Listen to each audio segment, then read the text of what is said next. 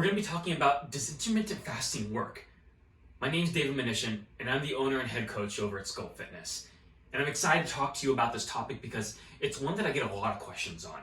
Everybody wants to know if there's an easier or a more effective way to get the results that they're looking for, whether it's to lose weight or lower their blood sugar or control their cholesterol levels. Everyone's looking for something that's better than what they're currently doing. And intermittent fasting is one of those things. But the question that comes up with intermittent fasting, number one, is how do you even implement it? I mean, there's a lot of different ways. So there's the 8 to 10 hour feeding time window where you're restricting your food from maybe like, say, 10 a.m. to 6 p.m. There's also the alternate day fasting, so fasting for one day and then eating just regular the next.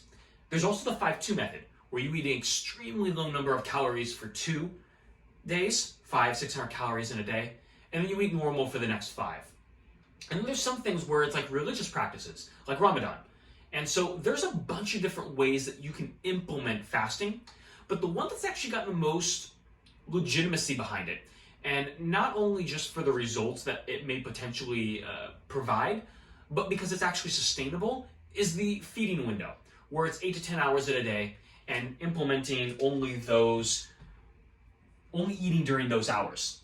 So when you're able to restrict your eating window to 8 to 10 hours in a day, and I shy more towards the 10 section, what you actually end up doing is you're giving yourself only a certain amount of time to eat your food.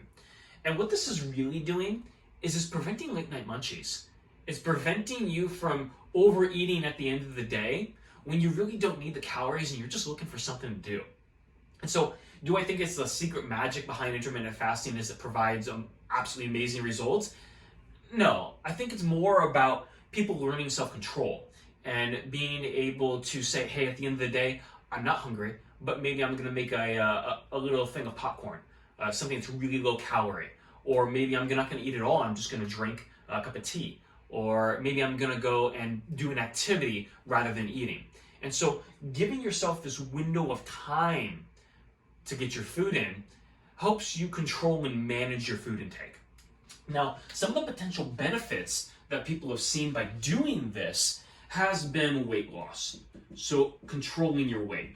Other people have seen lower insulin levels or improving your blood sugar.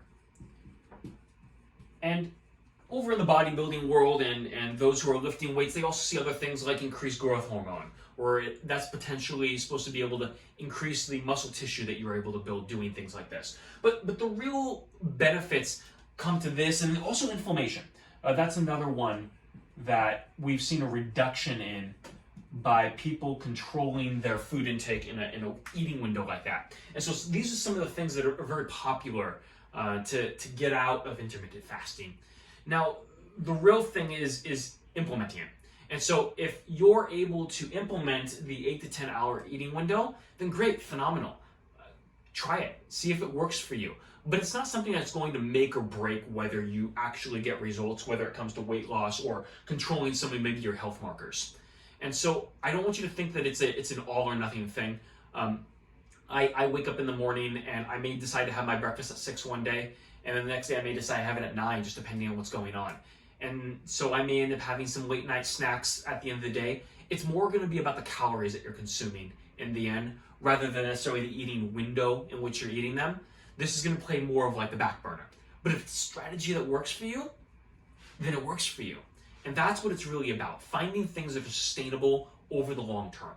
And that's what we do here at Sculpt Fitness. We make sure that people find methods that work for them, that are legitimate, that are actually something that other people have been able to do sustainably, and help them implement it in a way that's safe and healthy for them into their lifestyle.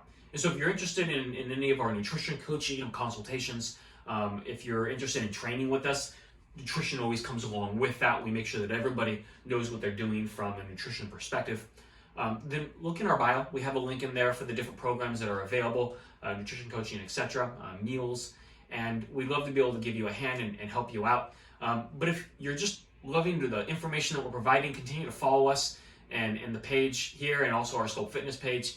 And we're excited to keep providing valuable information as often as we can.